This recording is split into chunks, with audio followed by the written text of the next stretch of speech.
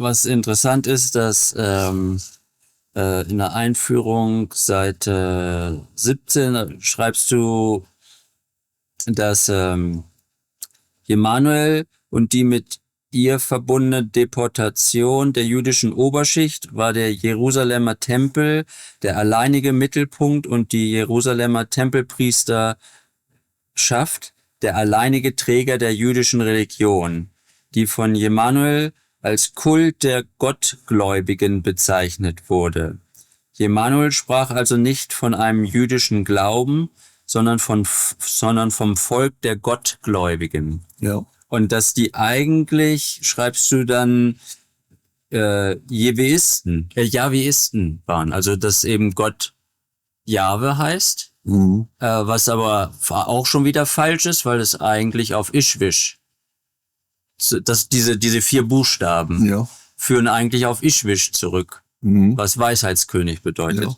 Aber eigentlich sind es Jahweisten. Ja. Das ist das, was also Gottgläubige. Bei den Juden als Gott verehrt wird, als vorgestellt wird und wie soll ich sagen, angenommen wird. Das ist wie soll ich das sagen? Das ist meine Führung und so weiter und so fort. Oder? Es geht nicht darum, dass man seine eigene Führung ist, sondern Jahwe, das ist, oder Jahwe, oder wie dem dann sagst, ist das, was die Führung vorgibt, wo man nicht selber fähig ist dazu, um die zu erschaffen. Ja. Und auszuführen. Nach eigenem Willen, nach eigenem Rezept, nach eigenem Gedankengut und so weiter und so fort. Es ist nur ein glaubensmäßiges Gedankengut, wo also Jahwe Führung hat, dass ich überhaupt denken kann. Scheitdenken. Ja. Ja, das ist wieder eben nicht Verantwortung übernehmen müssen. Ja. Und da ist jemand, der denkt für mich. Richtig. Ja, das ist wieder der bequeme Wo Weg. mir sagt, was richtig ist, auch wenn es grundfalsch ist. Ja. Dies Jahweistentum in Exodus Kapitel 6, Vers 3 sagt Jehova ja, dass mein wahrer Name ist Jehova. Sie kennen mich aber alle nur unter Moses und so weiter und unter Jahwe wäre das dann, also unter Gott in der christlichen Bibel. Waren die schon Jahweisten und dann ist Jehova gekommen und hat sozusagen diesen Platz eingenommen? Oder geht das alles, dieser Gottglaube, geht das auf ihn zurück, auf Jehova? Ja, ist ein Mischmasch zwischen Jahwe und Gott. Es ist ein gleicher Unwert. Es sind nicht 2 verschiedene Komponenten, sondern es ist nur ein Komponent. Jahwe und Jehova ist ein und dasselbe. Ein und dasselbe. Also ist Jehova gekommen und hat diesen Jahweistentum in Gang gebracht. Aufgebaut. Ja. Wird das sagen? Ja. Ja. Also geht das wirklich auch, dieser Gottglaube geht dann auf Jehova zurück. Ja. Ja. Das ist ja ein Ding. Es ist, wenn du darüber nachdenkst und die Sache richtig siehst, es ist ein Witz, aber das kannst du denen, die glauben, nicht erklären. Die will die das nicht annehmen. Das geht wahrscheinlich nicht einmal bis ans Ohr her. Ja, die finden den Kanal nicht mal. Ja, richtig. Genau, wenn du Radio kannst suchen und findest es nicht. Ja. Ja, weil sie auch nicht suchen, ne? Ja. Das, Und weißt du, wann Jehova ungefähr gelebt hat? Nein. Also schon länger her, also schon ein Ja. paar tausend Jahre her. Das ist von dort ausgekommen, wo der Abraham, das ist etwa 4'500, 5'000 Jahre her um das. Mhm. Aber ich kann es nicht genau sagen. Ja, Das ist ja. auch nur eine Annahme. ja.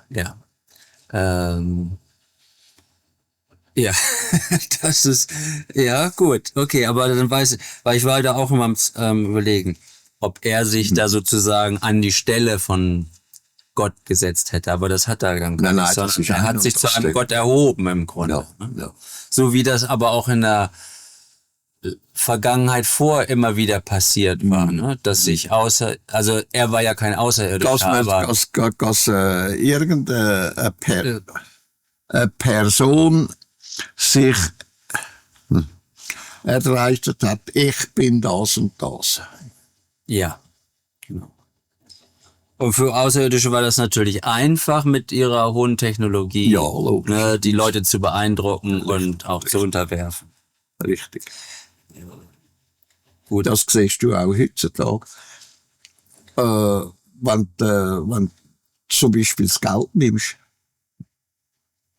oder wenn du Wissenschaftler bist, dann macht alleine der Titel macht die anderen schon hörig. Ja, Oder Ja. das Geld macht den Mensch hörig. ja, Je mehr als er hat, ja, umso besser ist der. ja. Umso wissenschaftlicher als er ist, umso mehr weiss er. Auch wenn er nicht weiss. Ja, vor allen Dingen Reiche, ne? Ja. Also egal was für Verbrechen sie an den Tag legen, Ja. werden dann noch in den Himmel gehoben. Ja. Also beziehungsweise auch wenn es dann manchmal offiziell keine Verbrechen sind, aber die viel Leid bringen Ja, und genau. werden dann trotzdem noch dafür verehrt. Nur das kurz zu erwähnen hier, als Keimzelle des Christentums gilt die Gemeinschaft Jemanuels, fälschlich genannt Jesu, mit den Jüngern, wobei die Jüngeren völlig außer Acht gelassen wurden, obwohl diese gegenüber den Jüngern in der Überzahl waren. Aber das ist Das ist der Beginn des... das ist auch heute so, genau das Gleiche. Ja. Ja, wenn wir jetzt so nicht den gleichen Fehler machen wollen als Keimzelle der FIGU, ist halt eben die Schriften immer mit dem Original nur zu publizieren und darauf zu achten, dass die nicht verfälscht werden. Ja. Und nicht zu viel wollen erzählen, dann das Erzählen bringt Fragen. Automatisch. Und wenn du musst Fragen beantworten, dann musst du die ausführlich beantworten. Und zwar sehr weg ausführlich, dass der andere kapieren tut, was du wirklich sagst. Also, dass der Kern von dem, was gefragt wird, richtig gelehrt und verstanden wird. Und da gibt's nur eins, dass du nicht zu viel sagst, dass du nicht zu viel lehrst, dann der andere mag todsicher das nicht verkraften, zu verarbeiten in seinem Gehirn, dass das auch wirklich verstanden und akzeptiert werden kann und gesagt wird, ich habe es wirklich verstanden. Das ist ein riesen Problem, dass wenn du etwas erklären tust, dass du zu viel sagst. Dann je mehr dass du sagst, umso mehr kommen Fragen auf, wo du musst beantworten, wo der andere Mensch dann nicht kapiert. Grundsätzlich nicht kapiert oder versteht. Du kannst nur so viel sagen, dass du so viel brauchst oder so viel erklärst, wie der andere Mensch mag vertragen, mit seinem Verstand und seiner Vernunft.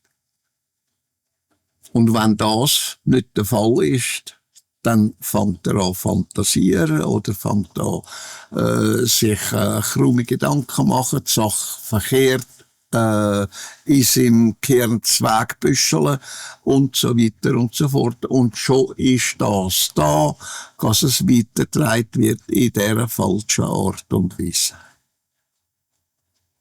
Mhm. Darum darfst du nie zu viel erklären. Ja.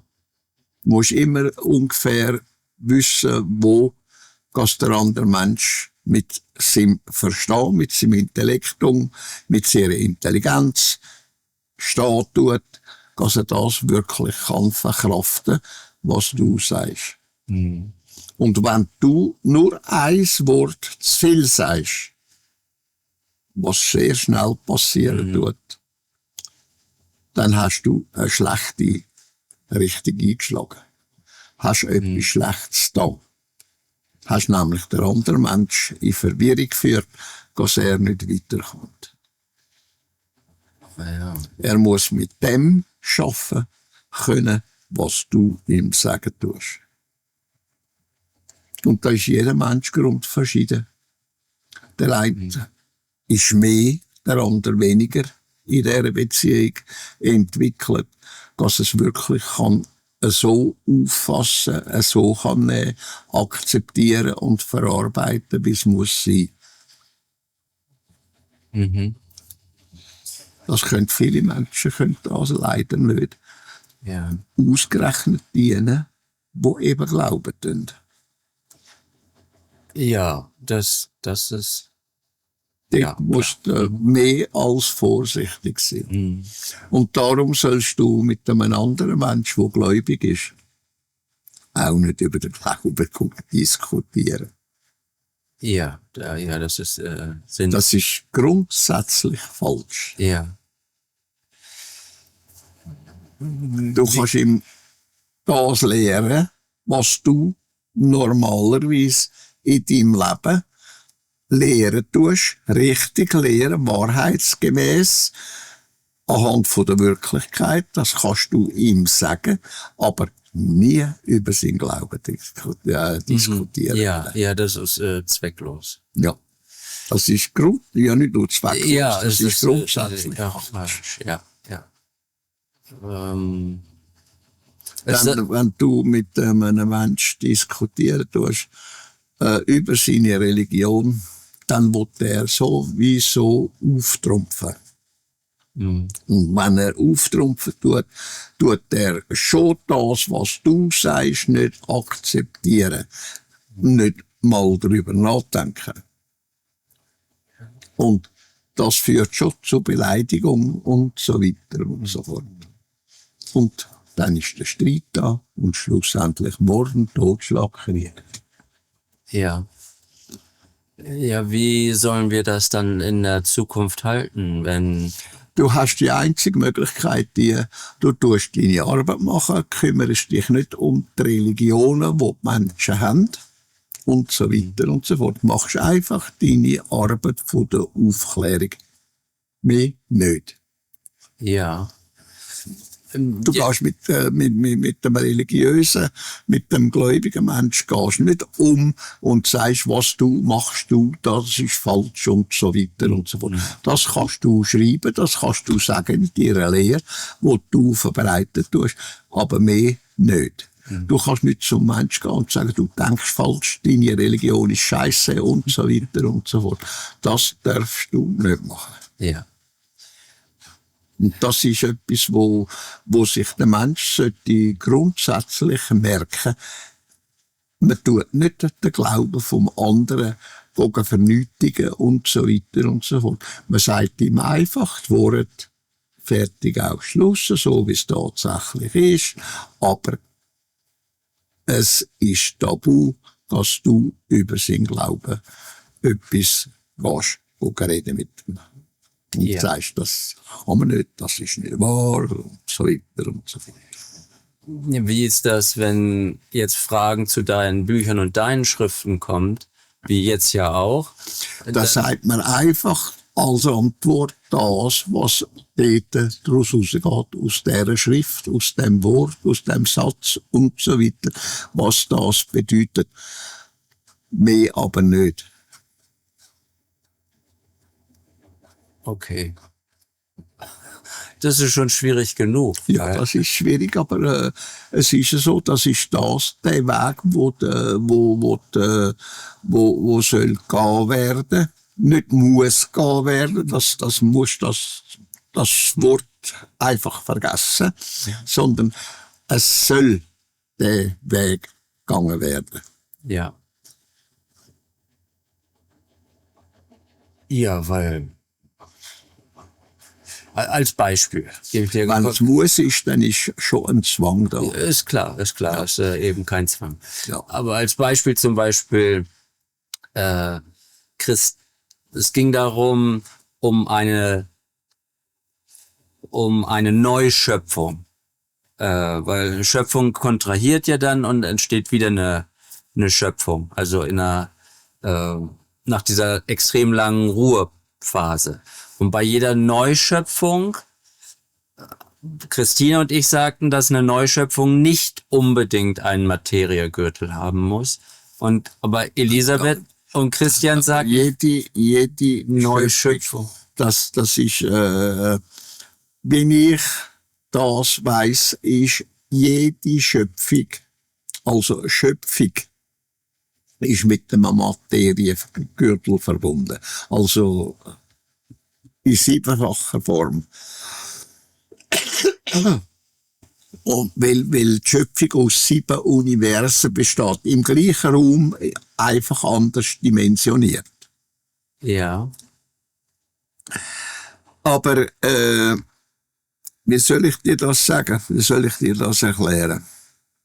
es gibt ja zahllose Schöpfige. Es gibt zahllose Schöpfungen. Aber jede Schöpfung fängt genau gleich an mit dem Materiegürtel, wo der Materiegürtel, also der Kosmos, das vermittelt, dass überhaupt eine Evolution stattfinden kann. Oder dass eine stattfinden tut. Ohne Materiegürtel geht das also nicht. Es muss also auch der Anfang immer dort stehen, genau wenn eine Geburt stattfinden tut. Es geht nicht, ohne dass ein Samen hat. Ein Samen muss Ei befruchten und dann erst findet die eigentliche Entwicklung statt. Und genau so ist es bei der Schöpfung. Es geht also nicht, dass irgendetwas nicht vorhanden wäre, wo sich könnte entwickeln. Und das ist einfach einmal Materie. Und mir sagt die Materie einfach kurz und bündig Kosmos. Oder Materiegürtel. Und durch das ist die Möglichkeit gegeben, dass sich irgendetwas entwickeln tut. Und das weisst du genauso gut wie ich.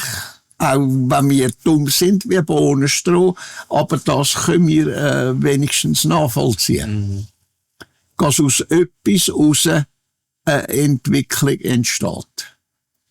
Also es bedarf einen Materiegürtel, um die Evolution in Gang zu setzen. Richtig. Für die jeweilige Schöpfung. Ja.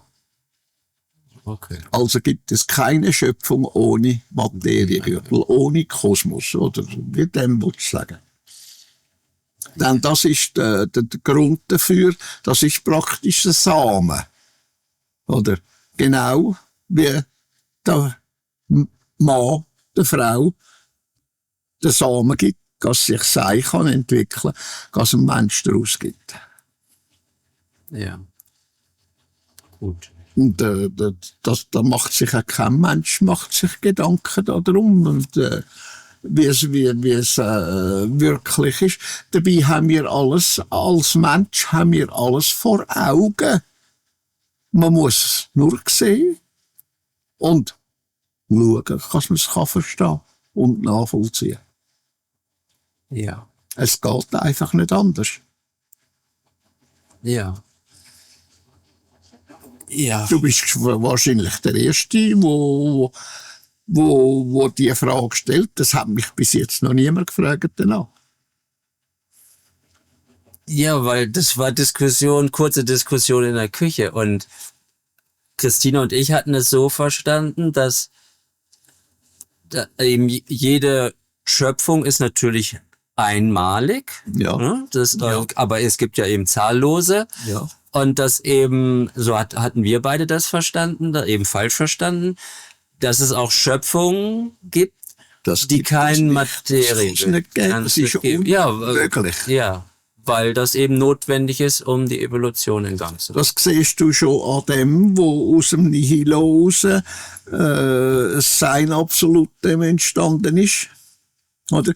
Es hat also einen Samen gebraucht, dass es überhaupt entstanden ist. Und der ist aus dem Sein, aus dem Nihilo rausgekommen. Aus dem absoluten Nichts raus hat sich einfach etwas ergeben und hat den Grundpfeiler geschaffen für das, dass sich etwas entwickeln kann. Ja. Und vorher hat das nichts gegeben. Oder, Ja. und wenn das war, das ist ja so, das können wir zeitlich gar nicht mehr nachvollziehen. Das ist ein Ding der Unmöglichkeit. Wir sagen dem einfach Ewigkeit, oder? Aber es ist so, wie ich das schon beim Sfat gelernt habe, das ist einfach die unendliche Dauer. Oder? Und aus dieser unendlichen Dauer ist die weitergegeben worden durch einen Samen. Und aus dem Samen hat es dann Sein Absolutum gegeben. Und dass ich das Sein Absolutum entwickeln kann, also evolutionieren kann, muss wieder ein Samen gesetzt werden, dass ein Weiterführen möglich ist. Und das hat wieder einen Samen gebraucht, im Ganzen 7-mal. Also vom Nihilo weg 7-mal bis zum absoluten Absolutum, wo dann das schafft, was wir sagen dazu, die Schöpfung. Und die Schöpfung ist ja nichts anderes, wenn du das anschaust, auch wieder nur eine Entwicklung. Ja. Ja. Die Schöpfung will ja evolutionieren. Ja. Und das tut sie ja. Ja. Das tut sie, Das ist der Zweck. ist nicht wie lang schon, oder? Einfach in dieser unendlichen Dauer, oder? Tut sie sich entwickeln und entwickeln und entwickeln. Ja. Oder? Ja, ich sehe uns immer wie die Versuchskaninchen der Schöpfung und die sammelt halt ihre Erfahrungen Ja. durch uns. Durch uns, ja. Ja. Ja. So. Die wissensmäßige Erfahrung und die könnensmäßige Erfahrung und so weiter und so fort. Ja. Das siehst du im ganzen Werdegang, wenn du die 5,5 Milliarden Jahre von unserer Schöpfung, von unserem Universum anschaust, was sich da alles entwickelt hat, immer höher und höher. Wenn du da einmal schauen, dort, wo überhaupt das erste Leben entstanden ist, weiss der Teufel, wann das war, ich weiss es nicht. Aber wir können ungefähr von dem ausgehen, was wir da auf der Erde können nachvollziehen können. In ungefähr annahmemässig und so weiter und so fort.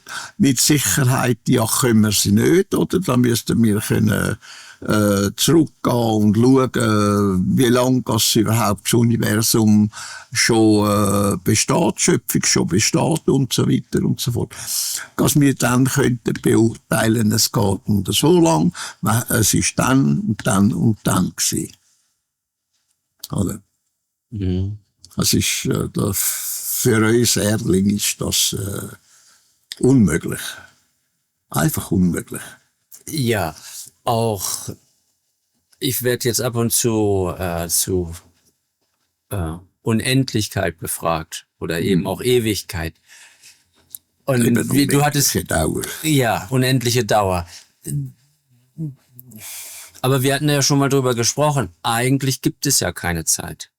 Nein, die gibt's nicht. Die haben wir das ist eine geschaffen. Erfindung. Als Mensch hat man das geschaffen. Ja, das ist so, wie wir die Dinge wahrnehmen. Eben, das ist unendliche Dauer und unendliche Dauer, das ist zeitlos. Ja, das, weil das wenn gibt's so- ja keine Zeit. Ja, es gibt da keine Das ist Einteilung. nur Dauer, Ja, oder? also kann man das Konzept von Zeit fallen lassen und dadurch gibt es auch keine, man kann das nur ewige Dauer nennen, Ja, aber das existiert nicht, weil ja, es ist nichts Existentes. Genau. Also genau wie die Zeit ja nicht Ja. existent ist. Ja.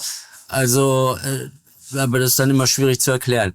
Aber auch was den Raum... Oder wir brauchen das auch, oder? Wir sagen ja, intelligenterweise, weisst, intelligenterweise ist mal irgendjemand draufgekommen und hat das bezeichnungsmäßig genannt. Dauerhaft.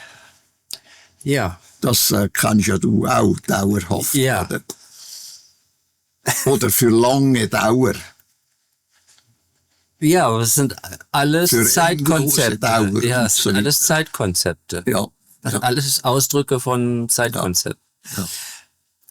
Ja, aber bezüglich des Raumes, weil gerade in der Mathematik ist das eben ein sehr wichtiger Punkt, ob es die Unendlichkeit gibt. Wir schweifen zwar jetzt ab, aber bin ich jetzt mehrfach nachgefragt worden nach Unendlichkeit. Aha.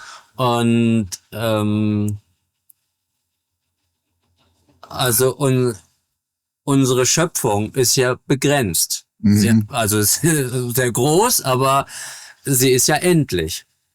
Ja, aber Und sie ist nur endlich in dem Sinn, weil wir das nicht können nachvollziehen können, wie weit das eigentlich ist. Die Endlichkeit. Wie weit Ja. ist so dort, Ja. wo die Endlichkeit tatsächlich ist. ja, Das können wir ja nicht nachvollziehen. aber in der Mathematik gibt's ja auch eben unendlich große Zahlen. Also und das ist aber nichts Unendliches in dem Sinne. Es ist schon endlich. Ja, es ist alles endlich. Also auch die Gesamtschöpfung mit allen Schöpfigen Ist endlich. auch endlich irgendwo. Insofern Die Schöpfung ist endlich.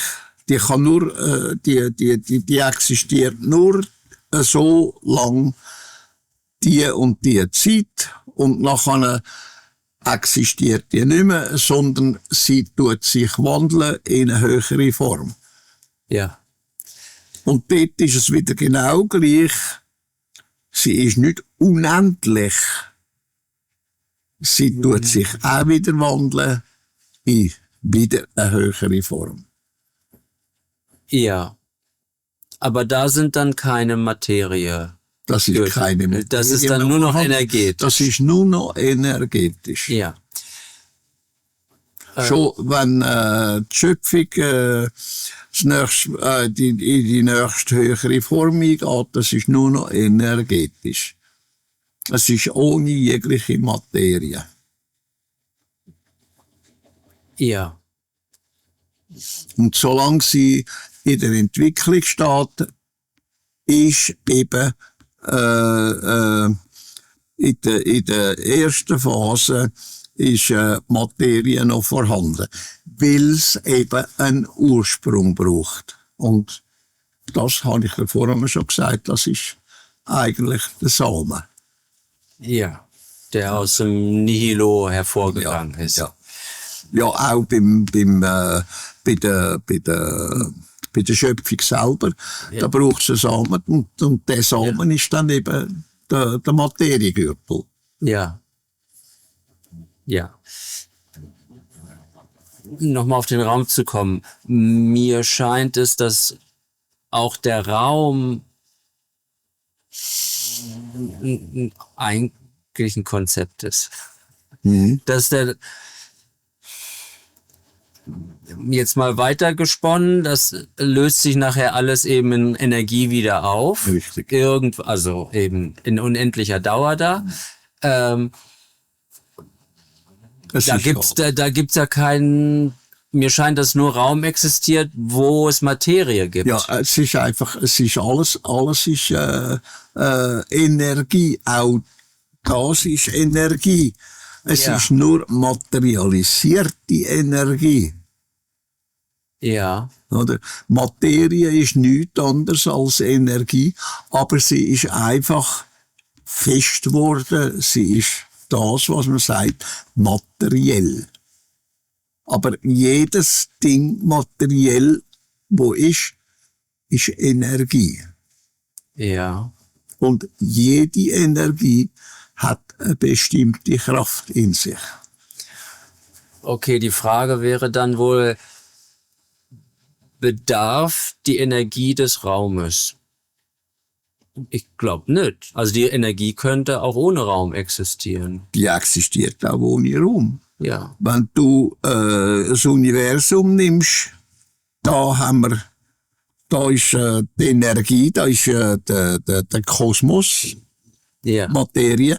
Da sind drei Abschnitte und da sind 3 Abschnitte und das ist reine Energie, verschiedenartige Energie, 6-fache verschiedenartige Energie, aber sie ist nicht materiell. Sie ist das, was man sagt, eben materiellose Energie. ja, Materie ist immer eine Verfestigung von einer Energieform. ja, Und welche Energieform das ist einfach dementsprechend verschieden, was sie ursprünglich anstellen tut. ja. Okay, also ist ist in der Mathematik der Konzept vom unendlichen Raum auch eine Fehlannahme, Ja. weil der nicht unendlich ist, Ja. sondern Es ist eigentlich das Einzige, was unendlich ist. Wenn wir so sagen, so denken können. Das einzige Unendliche ist das, wo wir können sagen, das Nihilo. Aber wir wissen nicht, was das ist. ja, Wir wissen, das ist nichts. ja, ja, ja, das ist dann Konzepte, die ad absurdum führen. Ja. Das ist, weil man es gar nicht Weil fassen, man es nicht definieren will, man es nicht kann erklären. Ja, ja, Und auch ich kann es Nihilo nicht erklären. Es fehlt an Begriff, es fehlt an Vorstellungsvermögen und so weiter und so fort. Es ist einfach unmöglich. ja, Es ist einfach nichts. ja. Man kann Und es auch nicht erfahren. wie willst du erklären, was nichts ist? Ja. Ja. Ich glaube, so wie das Universum reicht, gibt's irgendetwas, wo das könnte erklären, was nichts ist. Ja. Ja.